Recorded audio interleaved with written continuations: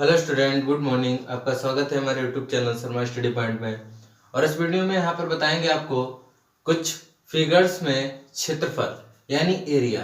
तो यहाँ पर एरिया कैसे निकालते हैं, यहाँ पर अलग अलग जो शेप्स होती हैं उनके लिए कैसे एरिया निकालते हैं। तो पहला हमारा यहाँ पर है क्वेश्चन, पहला शेप ABCD यहाँ पर एक बना हुआ है फिगर। आप इसको क्या कहेंगे, आप कैसे जानेंगे ये क्या बना हुआ है फिगर। तो यहाँ पर देखिए ये 3 सेंटीमीटर ये साइड है और यहाँ पर ये भी 3 सेंटीमीटर होगी, ये भी 3 सेंटीमीटर होगी और ये भी 3 सेंटीमीटर होगी। अर्थात यहाँ पर क्या है, एक वर्ग है। क्या है, एक वर्ग है। और वर्ग का क्षेत्रफल क्या होता है, वर्ग का क्षेत्रफल। तो वर्ग का क्षेत्रफल होता है यहाँ पर भुजा गुणे भुजा। क्या होता है, भुजा गुणे भुजा। आपको ये फार्मूला याद करना पड़ेगा, भुजा गुणे भुजा होता है यानी साइड इंटू साइड। तो यहाँ पर साइड कितनी है, 3 सेंटीमीटर।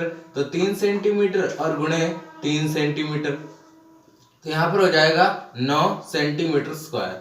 ठीक है ना, 9 सेंटीमीटर स्क्वायर यहाँ पर आपका एरिया आ जाएगा इस वर्ग के लिए। अब यहाँ पर बात करते हैं दूसरे फिगर के लिए। तो यहाँ पर दूसरे फिगर को आपको क्या देखकर बता सकते हैं, ये अगर 2 सेंटीमीटर है तो ये भी 2 सेंटीमीटर होगी, ये 3 मीटर है तो यहाँ पर ये भी 3 मीटर होगी। अब यहाँ पर हमें इसका एरिया निकालना है। तो एरिया क्या होगा, यहाँ पर क्षेत्रफल क्या होगा, एरिया बराबर तो यहाँ होता है लेंथ इंटू ब्रेड्थ। ठीक है, लेंथ इंटू ब्रेड्थ।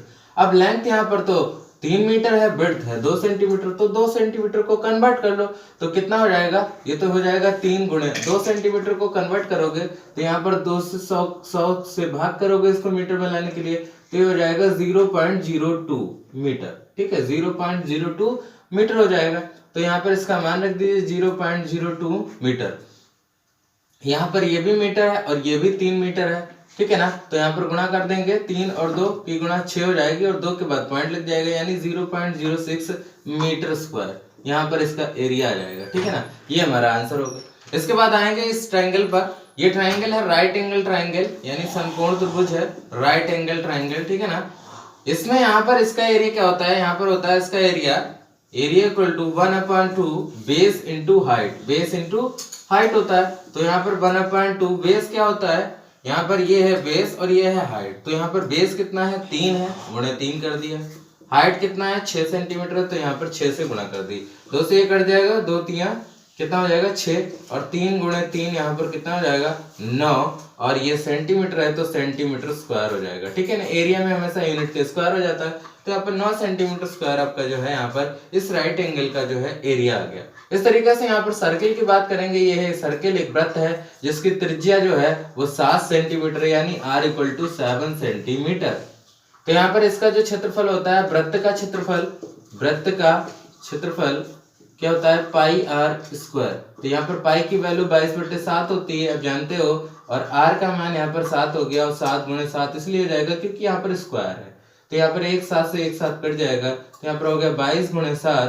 तो यहाँ पर 7 से गुणा कर देंगे, 7 दूनी 14 का 4, ये हो जाएगा 1 हासिल, 7 दूनी 14 15, 154 और यहाँ पर सेंटीमीटर स्क्वायर आपका एरिया आ जाएगा।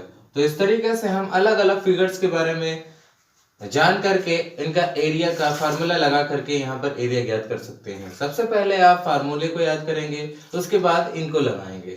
ठीक है ना, तो इस तरीके से आप इन क्वेश्चंस को सॉल्व कर सकते हैं। बहुत इजी होते हैं ये क्वेश्चन एरिया वाले, जिसमें आपको केवल डायमेंशंस को देखना होता है, यानी ये जो होती हैं लेंथ ब्रेड्थ इनको देखना होता है।